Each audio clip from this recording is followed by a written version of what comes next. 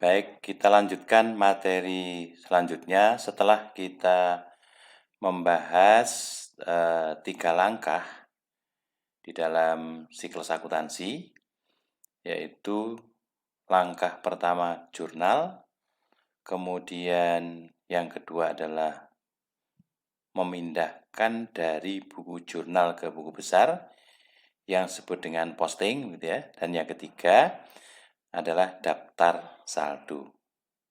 Nah, berikut ini kita akan memberikan gambaran ilustrasi ketika siklus awal di dalam proses akuntansi, yaitu pencatatan transaksi ke dalam buku jurnal, kemudian posting ke buku besar, dan penyusunan daftar saldo. Mari kita lihat transaksi yang pertama. Pada tanggal 1 Oktober tahun 2019, Tuan Abid mendepositokan uang tunai ke bank atas nama perusahaan Lambada sebesar 600.000. Nah, ketika kita akan mencatat, pertama-tama kita akan lakukan analisis transaksi. Apa tujuannya? Tujuannya adalah untuk menentukan akun apa atau rekening apa yang terpengaruh dari sebuah transaksi. Dan yang kedua, dari yang terpengaruh itu berakibat bertambah atau berkurang, menambah atau mengurang rekening yang terpengaruh. Baru dengan menggunakan konsep tentang aturan debit dan kredit, lakukanlah jurnal yang tepat. Nah, dari transaksi pertama itu kita akan lakukan analisis transaksi. Ternyata dari transaksi ini, akun yang terpengaruh adalah aset yang berupa kas, dan yang kedua adalah modal ABIT atau ekuitas berupa modal ABIT. Kedua-duanya berakibat menambah akun. Nah, dengan demikian analisis transaksinya adalah aset yang berupa kas bertambah 600.000 di debit. Ini sesuai dengan aturan pendebitan dan pengreditan bahwa sebuah aset itu kalau bertambah di debit, dan ekuitas berupa modal ABIT bertambah 600.000 di kredit. Nah, ingat kembali aturan debit kredit bahwa kelompok akun ekuitas itu kalau bertambah di sebelah kredit.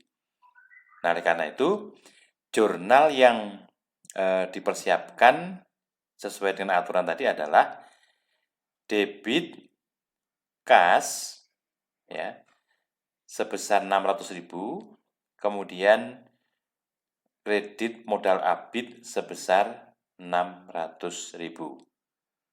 Nah, langkah berikutnya adalah melakukan posting atau pentransferan angka dari buku jurnal ini ke buku besar, ke akun buku besar. Karena di jurnal hanya mempengaruhi 2 akun, kas dan modal ABIT, maka postingnya seperti terlihat di slide berikut ini. Nah, kita lihat akun kas dengan kode 110 dan akun modal ABIT dengan kode 310. Kasnya bertambah. Tanggal 1 Oktober tahun 2019, keterangannya setoran modal, PR-nya, posting refernya diberi kode apa? J10, artinya apa? Artinya adalah angka ini berasal dari halaman jurnal 10 atau jurnal halaman 10 ya.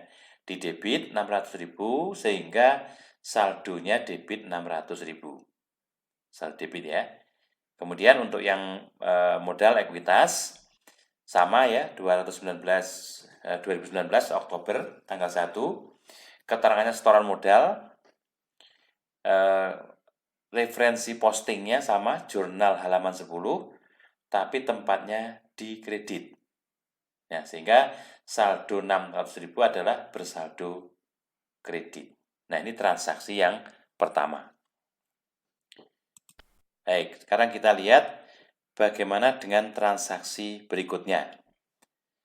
Tanggal 2 Oktober tahun 2019, perusahaan Lambada membeli sebuah bangunan yang terdiri dari tanah dan gedung seharga 400.000 secara tunai, di mana harga tanah 150.000 dan harga gedung 250.000. Nah, sama dengan transaksi yang pertama, lakukan dahulu analisis transaksi ya dari transaksi kedua ini. Kita lihat rekening apa yang terpengaruh.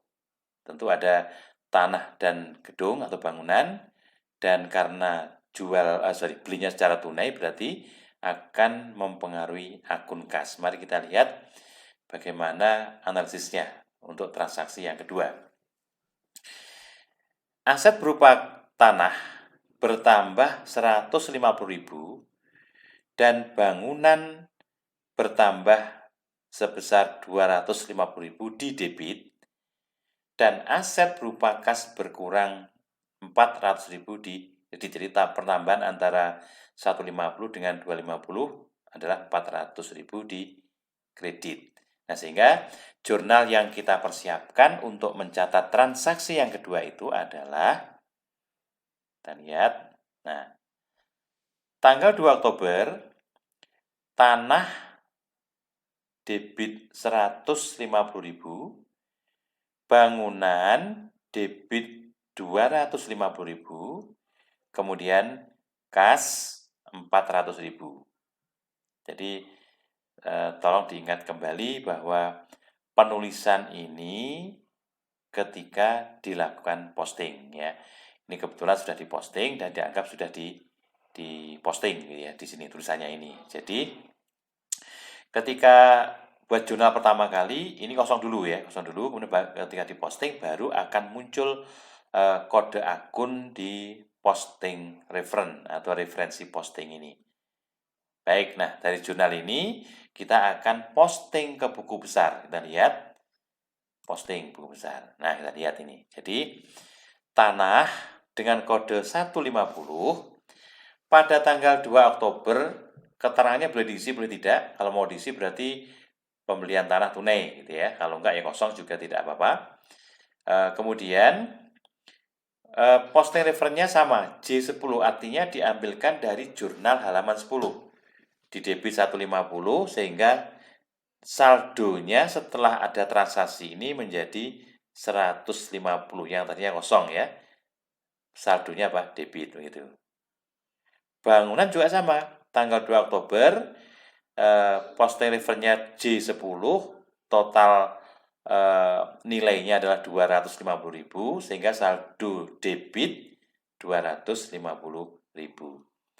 Sementara untuk kas tadinya sudah punya uang 600.000, tanggal 2 dikeluarkan berdasarkan jurnal pada halaman 10 itu dikeluarkan 400.000, berarti kredit karena dipakai untuk membeli. Maka saldo kas setelah transaksi yang kedua itu menjadi 200.000 karena berkurang dari 600 dikurangi 400.000 menjadi 200.000. Nah, ini transaksi yang kedua. Kemudian transaksi yang ketiga kita lihat. Nah, ini. Pada tanggal 4 Oktober 2019, perusahaan Dirgantara membeli bahan habis pakai seharga Rp40.000 yang akan dibayar sebulan yang akan datang.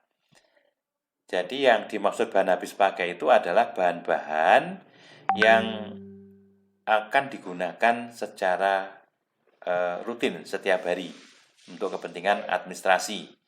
Misalnya kalau kantor itu ya perlu kertas, perlu pulpoin ya, kemudian tinta, penggaris, kertas bergaris, kertas folio, katrit dan sebagainya. Nah, ini disebut dengan bahan habis pakai. Istilah lainnya kalau suatu ketika saudara membaca di buku, perlengkapan. Ada istilah perlengkapan, ada istilah yang lain supplies kantor. Jadi ini mirip dengan itu ya.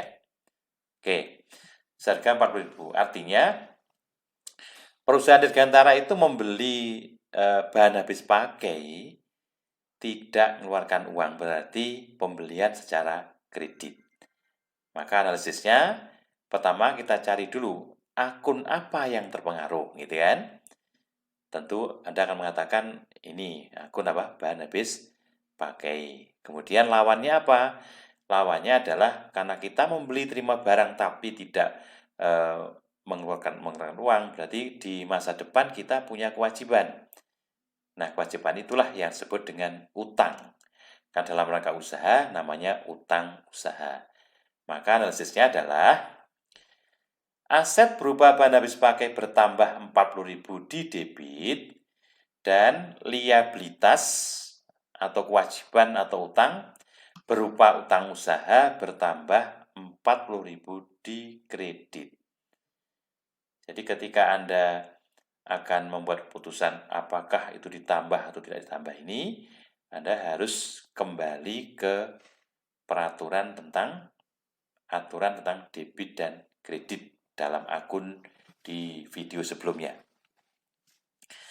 Baik, nah akhirnya jurnal yang disiapkan untuk mencatat transaksi yang ketiga itu adalah bahan habis pakai di debit 40.000, kemudian utang usaha di kredit 40.000. Jadi kalau sudah memahami betul terkait dengan analisis transaksi, maka jurnal itu begitu mudahnya. Oke, baik. Nah, kemudian dari jurnal itu diposting. Postingnya kemana? Posting ke akun bahan habis pakai dan utang usaha. Kita lihat bagaimana hasil postingannya. Nah, ini postingannya.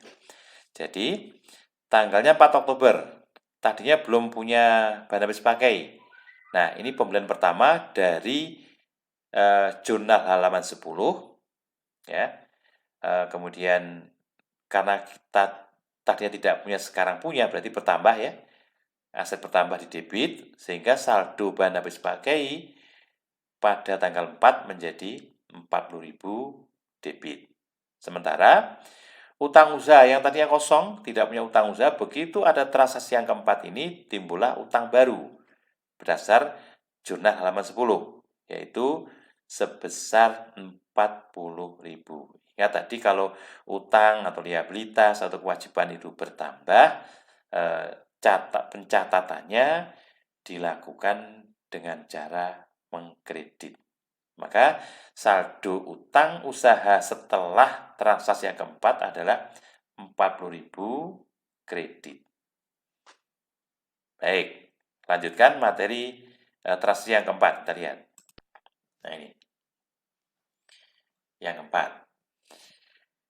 Pada tanggal 7 Oktober 2019, perusahaan Lambada membeli alat kantor seharga 120.000 secara kredit.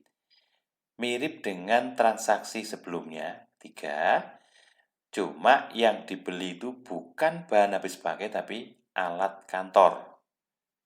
Maka analisisnya adalah aset berupa alat kantor bertambah 120.000 di debit, karena ini aset ya, dan liabilitas atau utang atau kewajiban berupa utang usaha bertambah 120.000 di kredit. Nah, sehingga catatan jurnal yang dipersiapkan adalah alat kantor debit sebesar 120.000, utang usaha bertambah ya, di kredit sebesar 120.000. Bagaimana pengaruhnya terhadap akun? Maka kita lakukan posting ke akun apa? Akun alat kantor dan akun utang usaha. Kita lihat hasilnya. Nah, ini yang keempat. Jadi, alat kantor dengan kode 153 tadinya saldonya belum ada, kosong. Tanggal 7 karena beli, ini juga boleh diberi keterangan pembelian, itu boleh ya. Kemudian posting refernya sama, jurnal halaman 10, penambahannya di debit 120 sehingga saldo setelah pembelian alat kantor menjadi 120.000 debit. Sementara utang usaha, tadinya tanggal 4 kita punya saldo 40.000 dari pembelian sebelumnya yang dilakukan secara kredit juga. Ditambah tanggal 7, yang merah ini ya, tambahnya 7, halamannya sama C10, ditambah 120.000 utang baru. Sehingga utang usaha setelah pembelian alat kantor ini menjadi Rp160.000.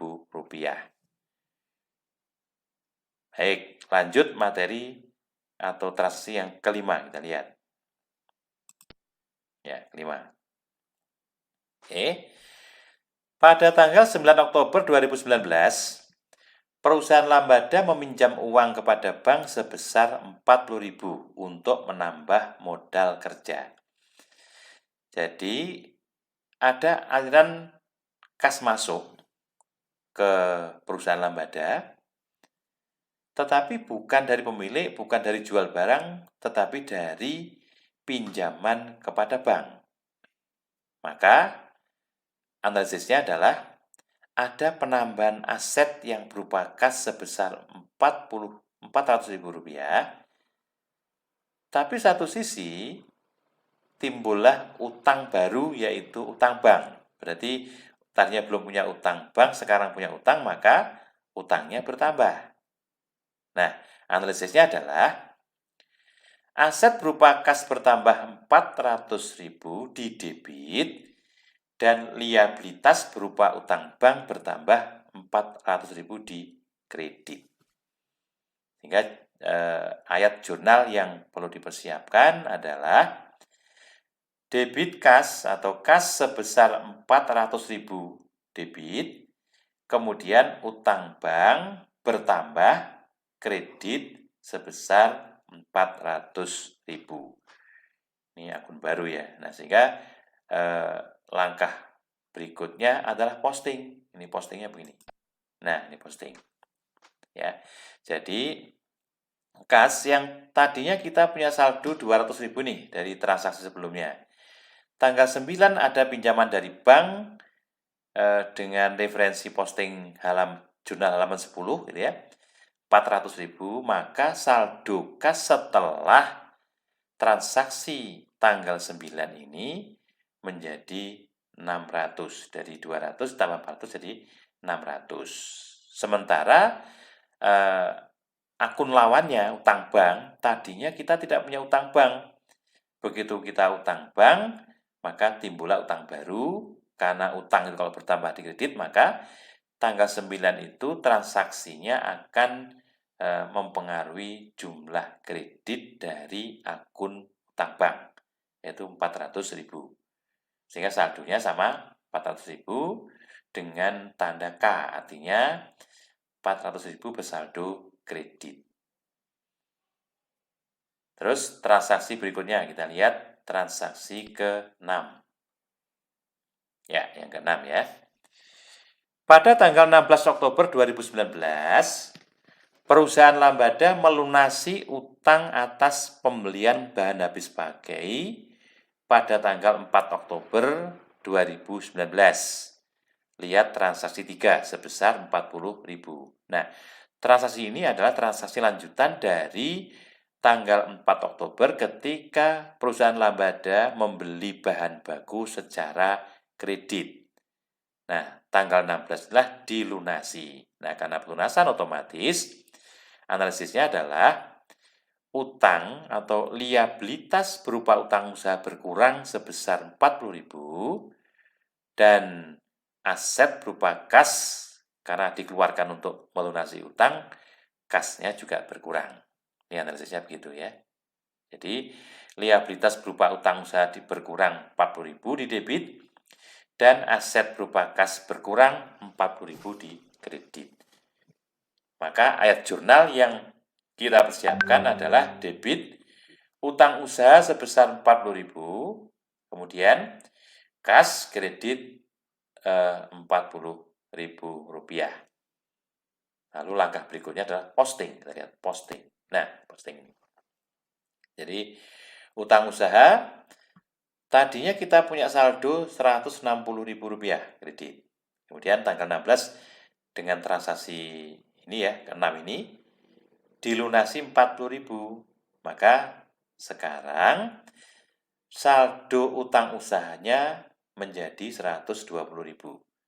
Sementara kas kita yang tadinya 600.000 itu berkurang sebesar 40.000. Karena kas itu termasuk kelompok aset, maka ketika ada pengurangan harus dikredit. Sehingga saldo setelah pembayaran utang 40.000 itu menjadi 560 dari 600.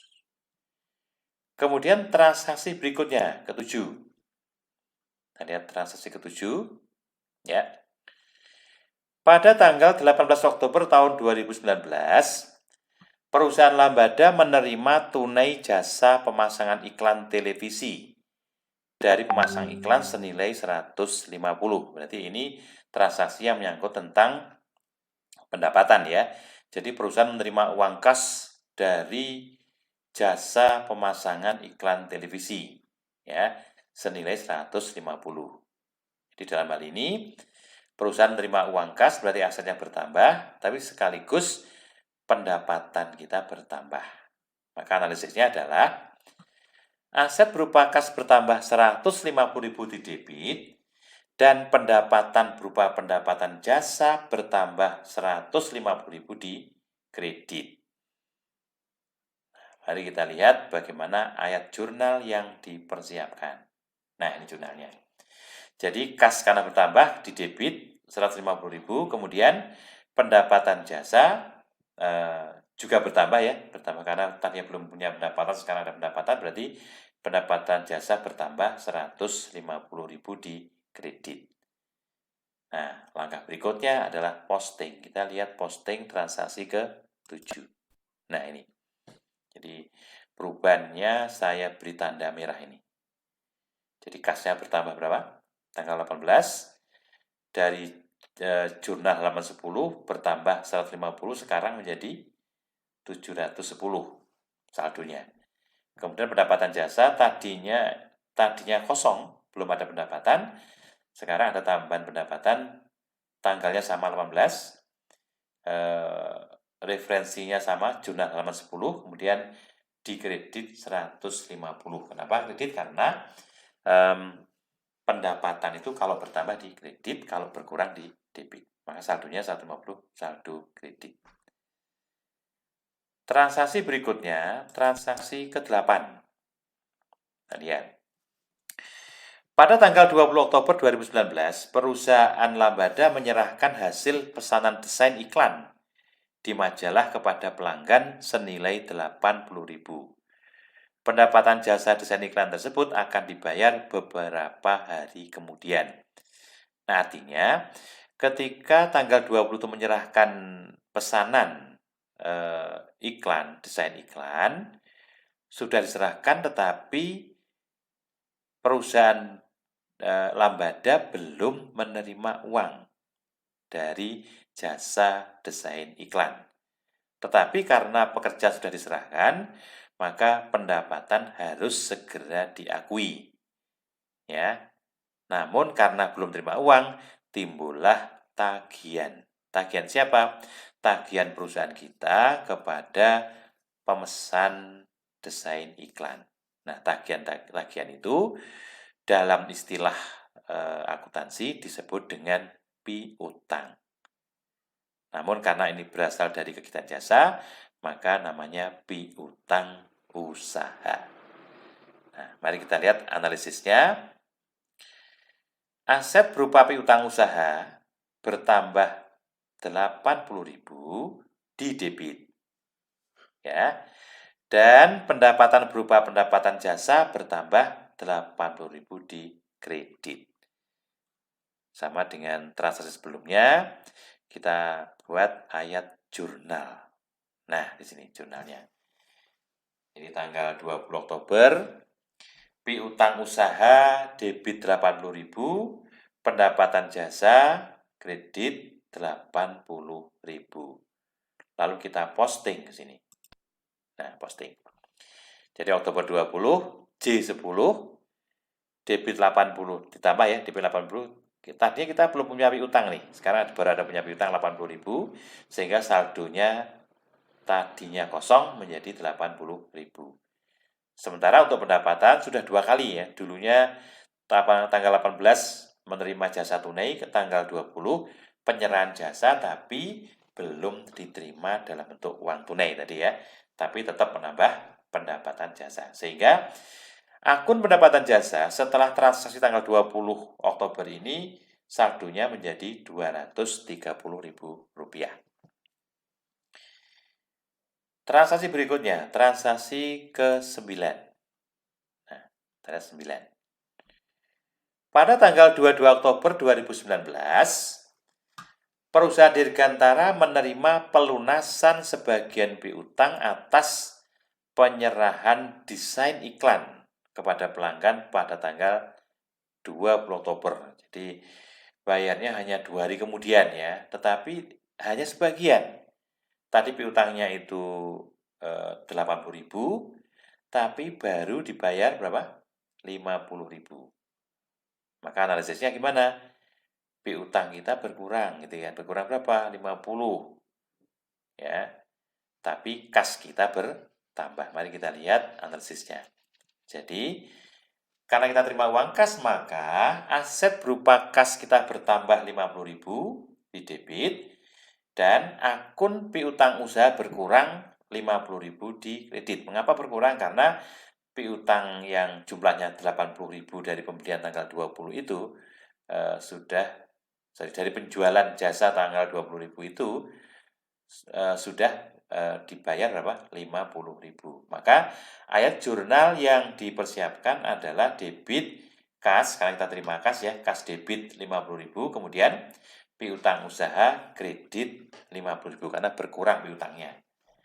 Nah, bagaimana pengaruhnya terhadap pencatatan postingnya di buku kas dan akun kas dan akun piutang usaha? Mari kita lihat. Nah, ini akunnya. Jadi kas kita bertambah. Dari mana tambahnya itu? Dari penagihan piutang ya. Bertambah berapa? Tanggal 22 bertambah 50.000. Saldonya menjadi 760.000. Sementara piutang usaha yang tadinya 80.000 sudah dilunasi oleh pelanggan kita tanggal 22 Oktober berdasarkan jurnal halaman 10 sebesar 50. Maka saldo piutang setelah pelunasan sebagian piutang itu menjadi Rp30.000. Naik. Transaksi ke 10. Pada tanggal 26 Oktober 2019, perusahaan Dirgantara membayar beban bunga 15.000, beban gaji 30.000, beban listrik dan telepon 35.000, dan beban lain-lain 20.000. Jadi di sini perusahaan akan mengeluarkan uang tunai untuk membayar berbagai macam beban atau biaya. Nah, karena beban atau biaya itu perlakuannya sama dengan aset, maka ketika ada transaksi penambahan beban, maka beban itu harus didebit. Lawannya apa? Karena tunai, lawannya adalah kas. Mari kita lihat bagaimana analisisnya.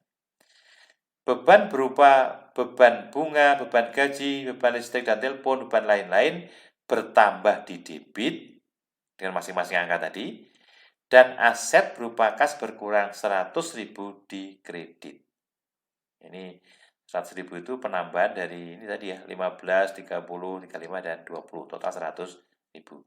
Maka catatan jurnal yang dipersiapkan adalah tanggalnya 26 Oktober, beban bunga debit 15.000, beban gaji debit 30.000, beban listrik dan telepon debit 35.000, dan beban lain-lain debit 20.000. Totalnya berapa?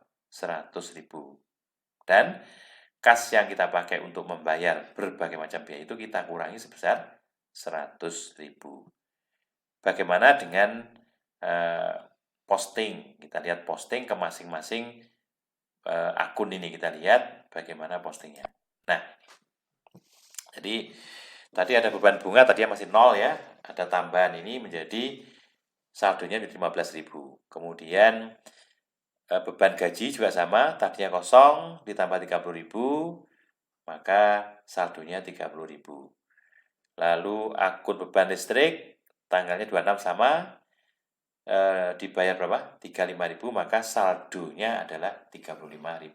Masih berlanjut ya. Kemudian apalagi? Beban lain-lain ya. Nah, beban lain-lain tanggal 26 ya, lain-lain ini masih lanjutannya tadi. 20.000, maka saldo debitnya menjadi 20.000. Nah, lawannya apa tadi? Kas tadi. Kasnya berkurang. Jadi di dalam akun kas yang tadinya 760.000 diambil untuk bayar berbagai macam biaya pada tanggal 26 ini menjadi total diambil 100 ya. Maka saldonya sekarang menjadi Rp560.000. Baik, lanjut untuk materi transaksi ke-11. Ya, ini 11. Nah, pada tanggal 28 Oktober 2019, Tuan Abid menarik uang tunai sebesar 100.000 untuk kepentingan pribadi, untuk privé ya. Sebagai konsekuensi dari konsep dasar kesatuan usaha, maka ketika pemilik itu mengambil uang dari perusahaan dianggap sebagai pengambilan modal oleh pemilik. Maka dalam analisisnya nanti privé akan bertambah. Jadi ekuitas yang berupa privé akan bertambah sebesar 100.000 di debit dan aset berupa kas akan berkurang sebesar 100.000 di kredit. Kenapa kas? Karena Tuan Abid sebagai pemilik itu menarik uang tunai dari perusahaan sebesar 100.000. Maka ayat jurnal yang dipersiapkan adalah tanggal 28 Oktober, privé Abid 320, PR-nya ya maksudnya, posting refernya, total 100.000, kemudian kas kita berkurang sebesar 100.000. Mari kita lihat bagaimana posisi dua rekening, dua akun ini setelah kita posting. Nah, ini. Jadi privé tadinya kosong, sekarang muncul privé tanggal 28 ada dari halaman J10 ya. Debit 100.000, kemudian saldonya 100.000 debit. Sementara kas kita yang bawah ini berkurang juga nih, kas berkurang. Kenapa berkurang? Karena diambil untuk kepentingan apa? Untuk kepentingan pemilik tadi, diambil oleh si pemilik, namanya privé atau drawing, jadi pengambilan oleh si pemilik. Maka otomatis kas kita yang tadinya 560 diambil 100, sekarang tinggal 460. Ini transaksi yang ke berapa? 11.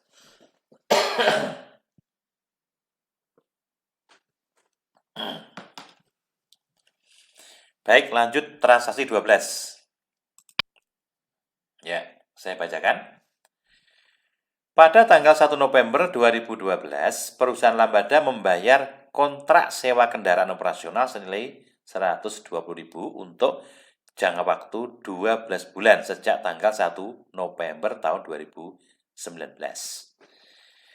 Karena sewa ini dilakukan oleh perusahaan jangka waktunya lama, melewati tahun tahun buku gitu ya, tahun pembukuan, maka kita akan mencatatnya sebagai aset, bukan sebagai beban, yaitu apa?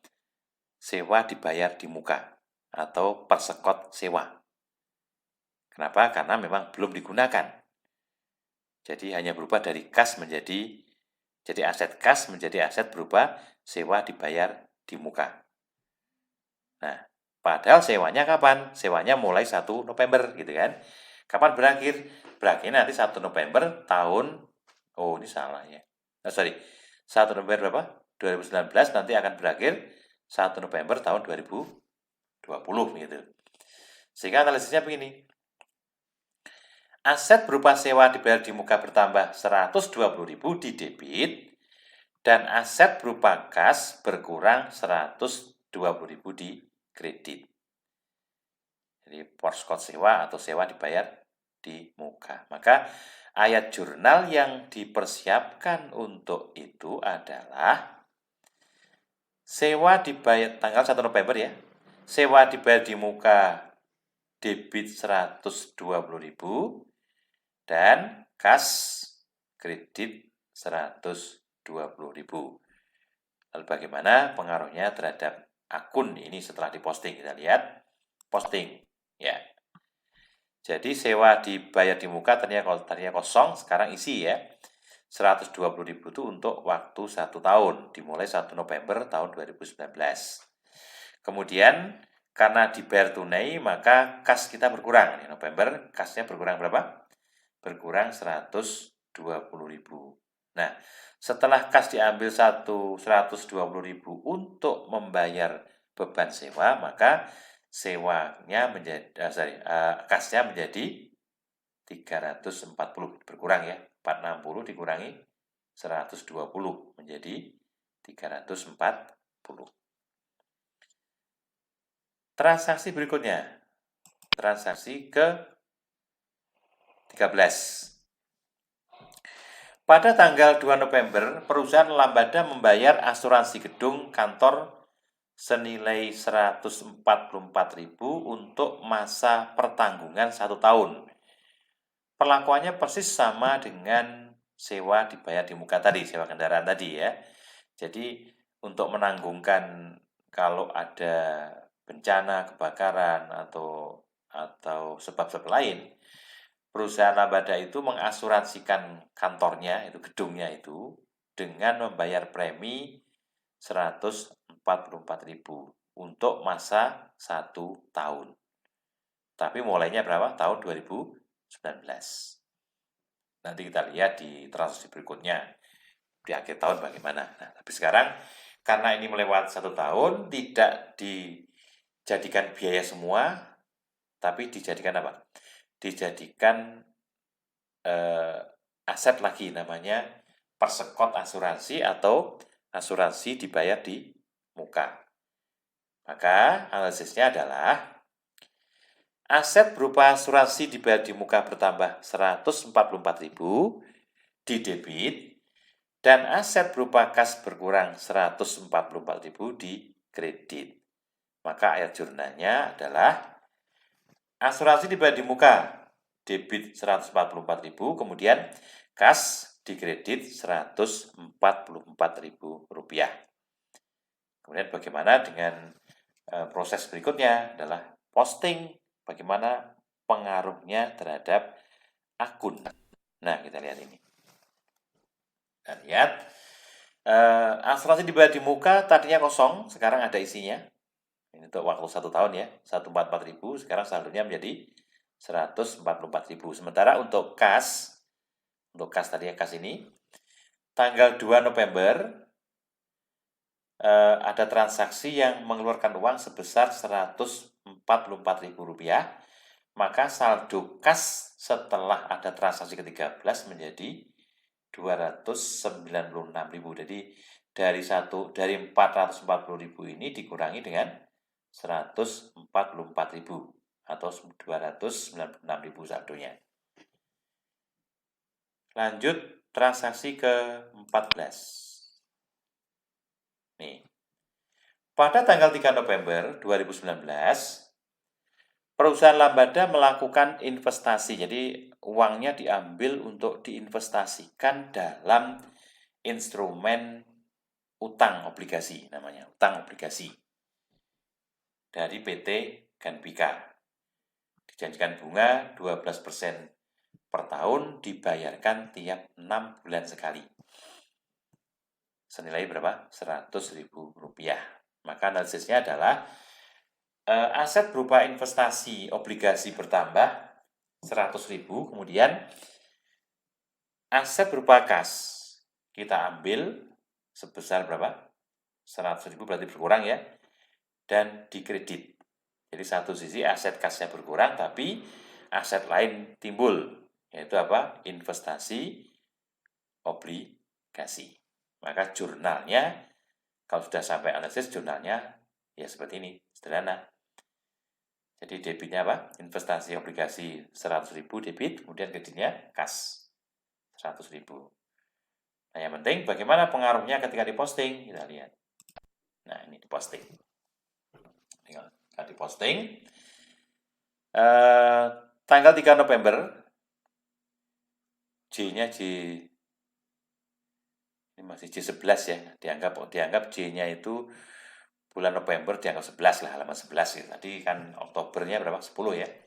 J11 100.000, kemudian saldo debitnya 100.000. Sementara kas kita di bulan November ya, di bulan November ini kita potong ya. Kita potong November, tanggalnya sama 3, J11 berkurang berapa? 100.000. Maka saldo kas setelah transaksi ke-14 tanggal berapa tadi tanggalnya? 3 November ya. Maka saldonya menjadi Rp196.000. Kemudian lanjutnya transaksi ke-15. Pada tanggal 15 November 2019, perusahaan Dirgantara menerima jasa pemasangan desain iklan tunai. Nah, ini penerimaan tunai. Kalau tunai berarti aset berupa kasnya pasti bertambah ya. 140.000 dan pendapatannya bertambah ini.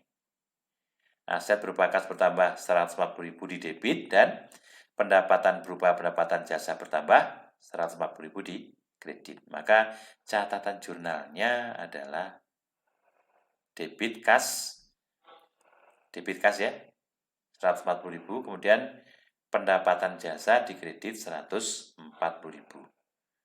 Jadi ada penambahan pendapatan tapi diterima secara tunai, kontan ya, cash. Nah, bagaimana pengaruhnya terhadap akun setelah dilakukan posting? Mari kita lihat. Nah, di sini. Jadi kasnya bertambah ya 140.000 karena berasal dari penerimaan pendapatan ya. 140.000 sehingga sekarang kasnya menjadi 336.000 dari 196.000. Sementara pendapatan jasa tadinya punya saldo sebesar 230 ditambah dengan pendapatan tanggal 5 November 140 sama-sama di kredit ya. Maka saldo setelah transaksi tanggal 5 November menjadi Rp370.000. Dan transaksi berikutnya 16. Pada tanggal 20 November 2019, perusahaan Lambada membeli BHP senilai 60.000 secara kredit. Jadi analisisnya kan kita mendapatkan satu barang namanya BHP senilai 60.000, tetapi kita tidak mengeluarkan uang karena masih diutang gitu ya. Akan dibayar beberapa hari kemudian. Maka kasnya nggak bertambah. Kasnya nggak berkurang ya. Tapi timbullah utang. Ya, timbul utang. Karena kita membeli nggak bayar, timbul utang ya. Namanya utang apa?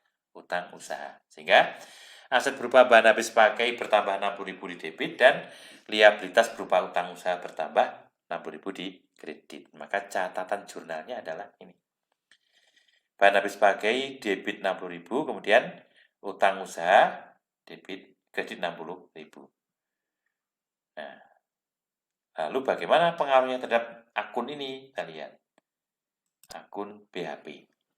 Tadinya kita pernah beli tanggal 4 Oktober senilai 40.000, kemudian tambah dengan pembelian tanggal 20 senilai 60.000, berarti sekarang bahan habis pakainya menjadi berapa? Saldonya berapa?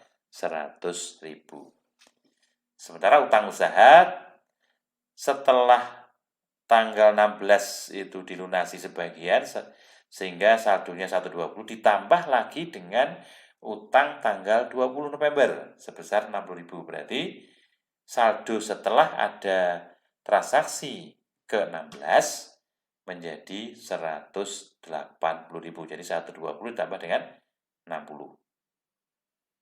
Naik ke 17. Nah, 11. Pada tanggal 25 November 2019, perusahaan Lambada membayar beban bunga 15.000, beban gaji 30.000, beban listrik telepon 40.000, dan beban lain-lain 25.000. Ini seperti transaksi sebelumnya saya kira ya.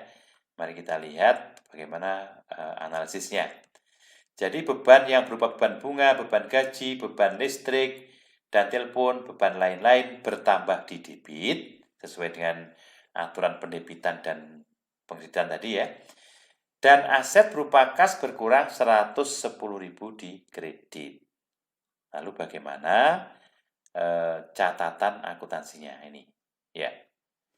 Jadi tanggal 25 November, beban bunga debit 15, beban gaji 30.000 debit, beban listrik dan telepon 40.000 di debit, beban lain-lain 25.000 di debit, totalnya 110.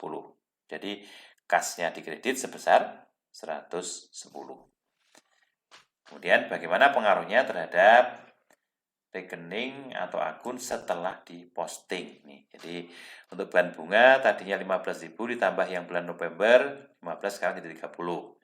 Beban gaji tadinya berapa? 30 ditambah dengan gaji bulan November 30 sekarang jadi 60. Kemudian beban listrik dan telepon sama saya kira, November ditambah 40 menjadi Rp75.000. Kemudian yang kelima, beban lain-lain, tadinya saldonya 20.000 ditambah dengan transaksi tanggal 25 November, di 11 tadi ya, tambah 25, sekarang menjadi 45. Sementara kas kita berkurang sebesar 110. Ini kan, jadi 25 untuk membayar semua tadi dikeluarkan uang sebesar 110 di kredit. Maka saldo setelah transaksi ke 17 menjadi Rp226.000.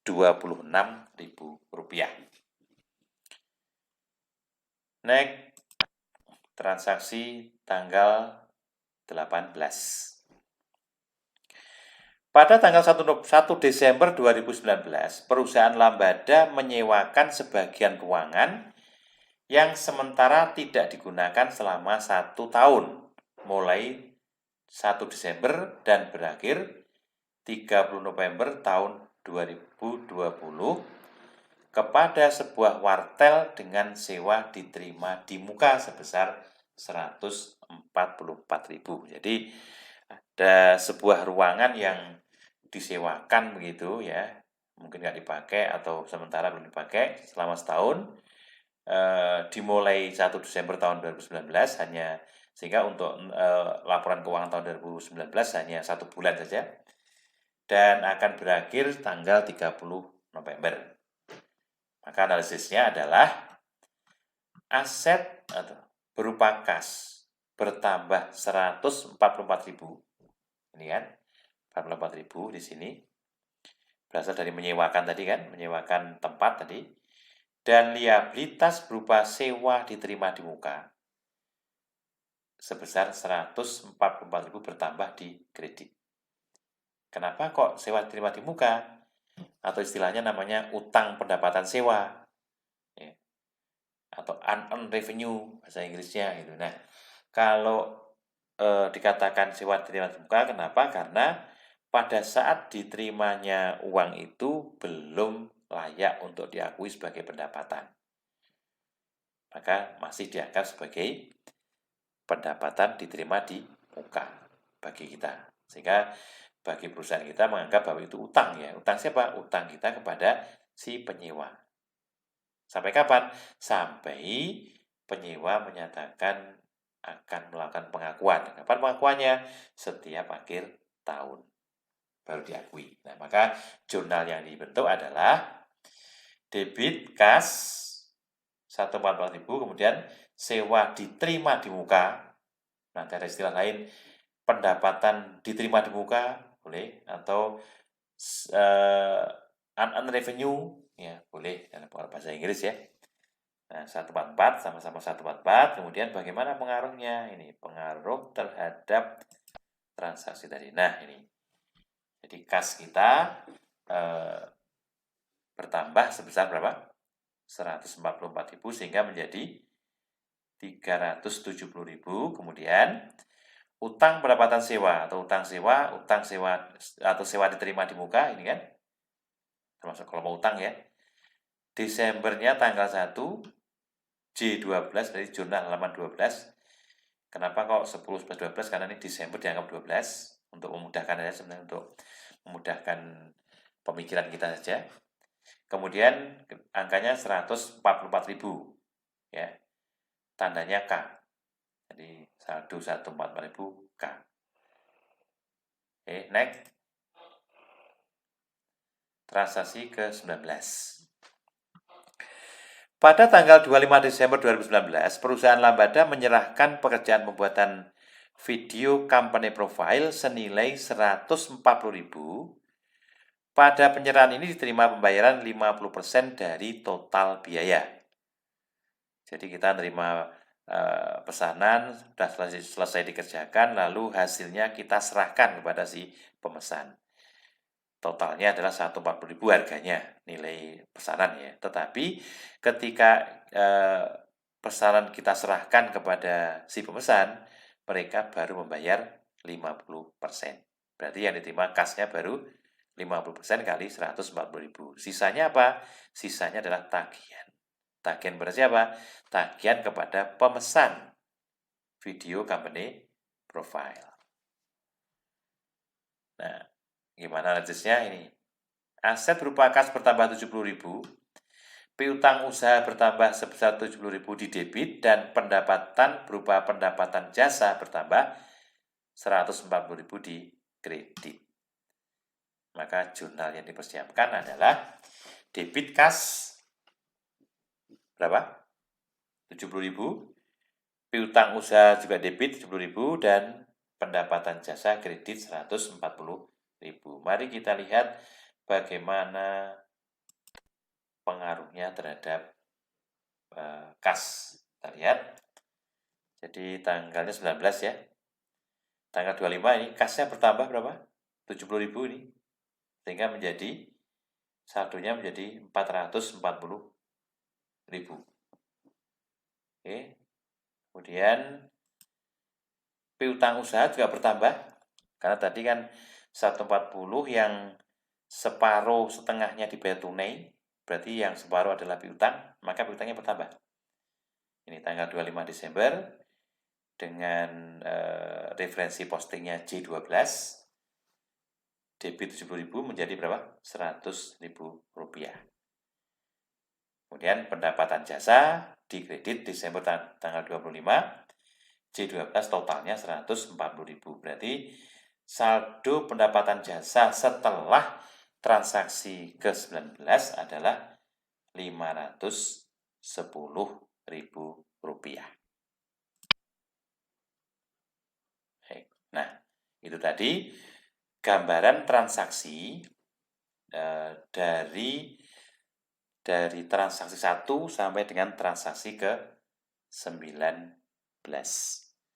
Nah, setelah transaksi di jurnal dan diposting, barulah disusun daftar saldo atau trial balance. Ya. Diposting ke akun buku besar, kemudian disusun daftar saldo atau neraca saldo.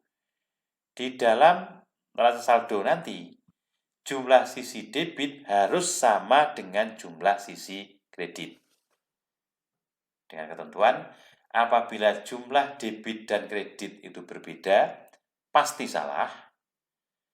Tapi kalau jumlah debit dan kredit sama, itu pun juga belum tentu benar. Kenapa? Barangkali sudah imbang tapi bisa jadi angkanya yang salah atau penempatan nama akunnya yang salah. Nah, dari transaksi yang tadi kita ilustrasikan di muka tadi, kalau kita susun laporan berupa daftar saldo, itu seperti ini. Nah, ini daftar saldonya.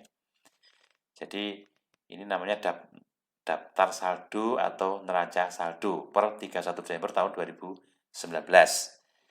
Jadi, kas 440, piutang 100, piutang bunga masih kosong karena belum ada ya.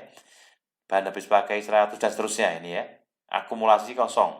Akumulasi kosong ini juga kosong utang gajinya. Kemudian next.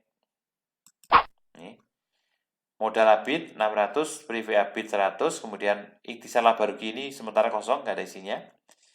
Lalu pendapatan jasa 510, pendapatan sewa kosong. Pendapatan bunga juga masih kosong. Mengapa? Karena ketika kita menerima pendapatan ini masih dalam bentuk apa ya namanya ya, pengakuan saja ya, pengakuan, artinya belum belum diakui sebagai pendapatan. Jadi uang diterima tapi masih dalam bentuk utang. Oke, kemudian lain-lainnya adalah beban-beban nih, beban bunga, beban gaji, asuransi, beban sewa, beban habis pakai, beban listrik, dan seterusnya. Nah, sekarang yang kita lihat adalah jumlahnya berapa. Jumlah debit berapa? 1.834.000 atau 1.834.000. Jumlah jadi juga sama-sama berapa? 1.834. Nah, inilah proses yang ketiga. Jadi mulai transaksi dianalisis, kemudian di jurnal di buku besar, jurnal di buku jurnal, kemudian dipindahkan atau diposting ke buku besar. Nah, hasil saldo akhir, saldo masing-masing akun diringkaskan dalam bentuk daftar saldo atau neraca saldo. Inilah hasilnya. Baik. Nah, kemudian tadi saya sampaikan bahwa kalau jumlah sisi debit dan kredit itu berbeda, pasti salah. Tetapi kalau jumlah sisi debit dan kredit sama, juga belum tentu benar. Mengapa? Karena kemungkinan ada kesalahan itu bisa sangat terjadi atau sering terjadi. Nah, maka kesalahan di dalam konteks pencatatan, pemindahan, atau pengambilan mengutip dan sebagainya itulah disebut dengan error atau kesalahan. Namun ada beberapa tipe kesalahan. Pertama adalah kesalahan yang tidak akan menyebabkan neraca saldo tidak seimbang. Artinya kesalahan itu terjadi, tetapi neraca saldonya tadi itu tetap imbang gitu. Ya. Misalnya apa? Tidak mencatat transaksi atau memposting transaksi. Jadi transaksi itu tidak catat sama sekali. Kalau nggak catat berarti tidak di jurnal, tidak di posting. Atau sudah di jurnal tapi tidak di posting. Nanti pasti tidak akan mempengaruhi keseimbangan saldo. Yang pertama. Yang kedua adalah mencatat dengan jumlah salah yang sama pada sisi debit dan kredit untuk suatu transaksi. Misalnya jumlahnya salah. Katakanlah mestinya angkanya itu 300.000, tapi di jurnal dengan angka berapa? 30.000 atau 3 juta. Nanti tetap imbang ya, tetap imbang. Jadi jumlah debit dan kredit tetap sama, tetapi itu salah gitu ya. Yang ketiga, yang dua ya. Lalu yang ketiga adalah mencatat transaksi yang sama lebih dari satu kali. Jadi suatu transaksi karena kelupaan ya dicatat 2 kali dengan jumlah yang sama. Nah, maka nanti tetap imbang. Tapi itu tidak benar. Tapi tetap imbang, tetap samaannya bisa dilihat, tapi tidak benar. Dan yang keempat, memposting dengan jumlah yang benar namun pada akun yang salah. Transaksinya benar, tapi ketika kita mencatatnya di buku jurnal, menentukan akunnya itu salah. Misalnya mestinya biaya bahan habis pakai atau pembelian bahan habis pakai, tapi dicatat sebagai biaya asuransi misalnya. Ya, jumlahnya sama persis. Nanti kalau dijumlahkan dibuat neraca saldo juga sama, tetapi salah dalam penggunaan akun atau rekening. Nah, ya, sehingga tadi yang pertama tadi adalah kesalahan-kesalahan yang sering terjadi tetapi tidak menimbulkan ketimpangan dari saldo debit dan saldo kredit. Nah, yang kedua adalah kesalahan yang menyebabkan neraca saldo tidak seimbang. Jadi salah tetapi berakibat pada apa? Jumlah debit dan kreditnya tidak sama atau tidak seimbang. Misalnya apa ini? Salah dalam menyiapkan neraca saldo. Ya, bisa jadi ya. Salah menambahkan kolom. Salah memasukkan jumlah saldo akun. Saldo dimasukkan salah kolom atau tidak dimasukkan. Jadi satu masuk, satu tidak. Yang debit masuk, yang itu tidak. Atau sebaliknya. Itu pasti nanti kesalahan itu mengakibatkan apa? Jumlah saldonya tidak sama. Kemudian yang kedua, saldo akun salah. Saldo salah dihitung, saldo dimasukkan pada kolom pada buku besar. Salah kolom pada buku besar. Mestinya dimasukkan ke debit tapi di kredit atau sebaliknya. Maka mengakibatkan jumlahnya pasti berbeda. Dan yang ketiga, salah dalam memposting. Salah dalam memposting. Jadi, jumlah yang diposting salah jumlahnya ya. Jurnal sudah benar tapi postingnya salah. Debit diposting pada kredit atau sebaliknya. Jadi jumlah debit diposting berbalik atau kebalik dengan jumlah yang kredit yang diposting. Dan yang ketiga adalah tidak diposting sama sekali. Nah, di situ tentu akan mempengaruhi keseimbangan dari neraca saldo. Nah, akhirnya bagaimana koreksinya? Koreksinya adalah kalau kesalahan itu terjadi, ini ya, ayat jurnal salah tetapi belum diposting. Jadi jurnalnya itu salah tetapi belum diposting.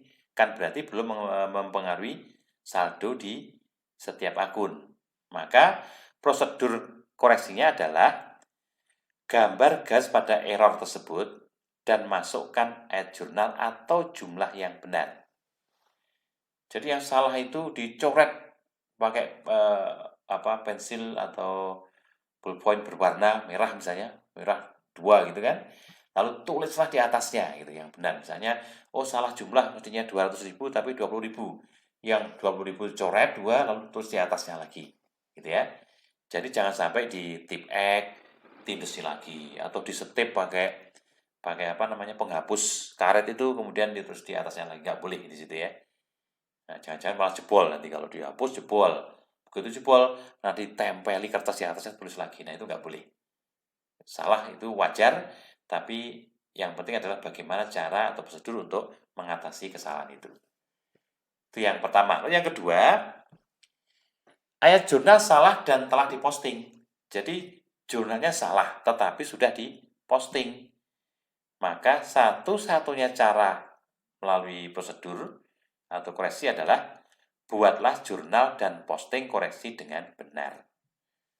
Jadi kalau sudah di jurnal dan diposting, satu-satunya cara adalah lakukan jurnal koreksi. Sementara kalau yang pertama tadi cukup dengan dicoret. Contoh sederhana begini. Ini yang pertama ya. Kesalahan terjadi sebelum posting. Kita lihat ini. Tuan Ganta menerima pinjaman dari bank sebesar 500.000, keliru dicatat ke akun modal Ganta. Mestinya apa? Ke akun apa mestinya? Akun utang bank kan gitu kan? Tapi kok dicatat ke akun modal Ganta. Mari kita lihat yang salah begini. Ini yang salah ini.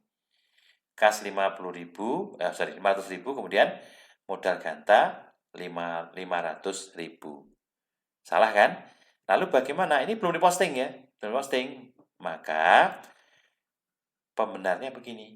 Nah, koreksinya begini. Coret yang salah, ganti yang benar. Yang salah apa tadi? Yang salah hanya modal Ganta mestinya apa? Utang bank kan? Coret begini aja, sederhana akhirnya. Nah, coret merah, tulis di atasnya di sini. Ya, utang bank. Udah selesai. Baru ini diposting. Gitu ya. Ini kalau terjadi kesalahan semacam itu mudah karena belum diposting. Contoh yang kedua. Yang kedua ini. Membayar beban bahan habis pakai senilai 510.000 ya. Keliru dicatat ke akun beban asuransi. Salah apa itu? Akunnya salah. Ini salah ya. jumlahnya juga salah. Maka yang salah begini. Nah, ini salah kan? Beban asuransi 501, mestinya 510 kan? Kasnya berapa? 501. Ini benar ya, yang salah ini. Ini salah. Beban ini akunnya salah, jumlah juga salah. Maka bagaimana koreksinya? Begini koreksinya. Nah, beban dan kas ini dicoret. Nah, coret. Nah, ganti ya. Bebannya ya. Beban BAP dicoret. Beban BAP tadinya apa? Beban asuransi diganti beban BAP. Kemudian apa lagi? Nah, angkanya coret. Nah, coret kan? Atasnya tulis. Ya, 510, 510 ini. Jadi tidak boleh tip X nggak boleh, di setip nggak boleh, gitu, tempelin atas nggak boleh, harus seperti ini. Itu wajar di dalam proses pencatatan. Salah itu boleh, tetapi yang penting bagaimana cara untuk mengatasi masalah yang salah itu. Baik. Kemudian yang kedua tadi, kesalahan yang mengakibatkan saldonya sudah berubah. Karena apa? Sudah diposting, sudah terlanjur diposting, maka satu-satunya cara adalah dilakukan dengan menggunakan jurnal koreksi. Ya. Apa itu? Jurnal untuk mengoreksi kesalahan jurnal yang terlanjur diakunkan atau diposting. Nah, koreksi adalah hal yang harus dihindari. Sedangkan penyesuaian merupakan prosedur rutin. Jadi nanti kalau kita bicara penyesuaian itu hal rutin, tapi kalau koreksi itu terjadi karena kesalahan, sebetulnya bisa dihindari. Oke. Yang ketiga, alasan digunakannya jurnal koreksi karena apa? Ditemukan kesalahan itu kemudian sehingga saldo telah terpengaruh. Jadi menemukan kesalahan itu setelah dilakukan posting gitu, otomatis saldo sudah terpengaruh. Maka satu-satunya cara adalah membuat jurnal yang bisa membatalkan kesalahan itu atau membetulkan yang salah. Nah, prinsip dasarnya begini. Jurnal yang salah kalau digabung dengan jurnal koreksi harus menjadi jurnal yang seharusnya. Itu prinsipnya begitu, prinsip utamanya. Nah, sekarang mari kita lihat contohnya bagaimana. Nah, contohnya ini. Tuan Ganta menerima pinjaman dari bank sebesar 120.000, keliru dicatat sebagai setoran modal. Setoran modal. Nah, ini yang salah bagaimana? Ini yang salah. Ya, kas modal Ganta. Maka naikkan salah. Makanya salah apa? Ini dinetralkan yang salah ini. Tadinya modal Ganta, sekarang apa dikredit kan? Harus di debit dan timbulkan yang benar. Kita lihat. Nah, ini. Jadi tadinya modal Ganta kredit, untuk netralkan di debit ini. Di debit, kemudian timbulkan utang yang baru. Nah, kalau dua jurnal itu kita gabung, jadi ini. Nah, ini yang benar. Jadi kalau ini gabung, ini kan coret, ini coret kan? Ini coret-coret sehingga tinggal apa? Kas dan utang bank. Itulah prinsip bagaimana melakukan koreksi terhadap transaksi yang sudah di jurnal dan dilakukan posting. Contoh kedua. Pembelian peralatan kantor berupa komputer secara kredit 750.000 dicatat dengan mengkredit rekening kas. Jadi pembeliannya itu kredit tapi dicatat secara tunai. Berarti salah apa ini? Rekeningnya yang salah, akunnya yang salah. Maka kita bisa melihat ini alat kantor 750 kas. Ya, yang salah apanya ini? Ini kasnya yang salah. Kenapa? Karena kita belinya secara kredit. Mestinya apa? Mestinya adalah utang usaha. Timbul utang usaha.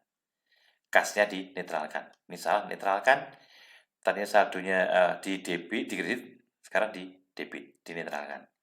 Timbullah yang baru. Nah, kalau ini yang kas coret, jadi apa ini? Debitnya alat kantor, kreditnya utang usaha. Ketemulah di sini. Nah, alat kantor 750, kemudian utang usaha 750. Nah, itu cara untuk bagaimana melakukan koreksi kesalahan yang sudah terlanjur diposting. Yang ketiga, pendapatan jasa servis dicatat sebagai pendapatan bunga bank sebesar 500.000. Kita lihat, yang salah bagaimana? Salah apanya ini? Mestinya pendapatan jasa, tapi tulis pendapatan bunga. Kita lihat. Nah, ini. Kas 500.000, kemudian pendapatan bunga. Ini kan salah kan? Salah. Ya, mestinya apa? Mestinya adalah pendapatan jasa kan? Maka timbulkanlah pendapatan jasa yang benar, lalu buat jurnal untuk membalik atau menetralkan yang salah. Ini yang salah kan? Netralkan di debit. Pendapatan bunga ini. Netral. Lalu timbulkan yang benar, yaitu pendapatan jasa. Maka jurnalnya apa? Jadinya gimana jurnal ini? Kas 500.000, pendapatan jasa 500.000. Kalau kita lihat ini.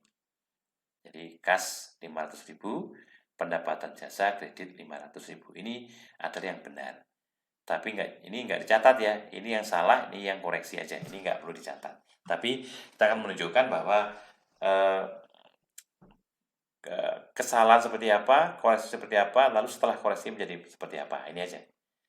Yang keempat, pembelian bahan habis pakai secara kredit 540.000, keliru catat sebesar 450.000. Salah apanya ini? Hanya jumlah. Jumlahnya terlalu kecil. Kan terlalu kecil, cukup dengan ditambah. Ya, karena terlalu kecil, tambah saja sebesar kekurangannya. Kita lihat ini. Yang salah ini, BHP 450, ya, utang 450. Mestinya berapa? 540 kurang 90 kan? Tulisnya 2 ini. Koreksinya begini kan koreksinya. BHP 90, utang usaha 90. Maka kalau ini digabung, ini tambahkan, ketemulah berapa? BHP 540, utang usaha 540. Jadi tidak perlu dilakukan penetralan ya, nggak perlu. Kenapa? Karena ini hanya salah karena mencatat jumlah uang yang lebih kecil dari yang seharusnya. Oke, baik. Kemudian yang kelima, kita lihat yang kelima apa? Ini ya. Pengambilan uang oleh pemilik sebesar 200.000 didebit ke rekening biaya lain-lain. Salahnya di mana? Ini, rekening. Mestinya rekeningnya ke prive, tapi dicatat ke biaya lain-lain. Mari kita lihat bagaimana yang salah. Ini.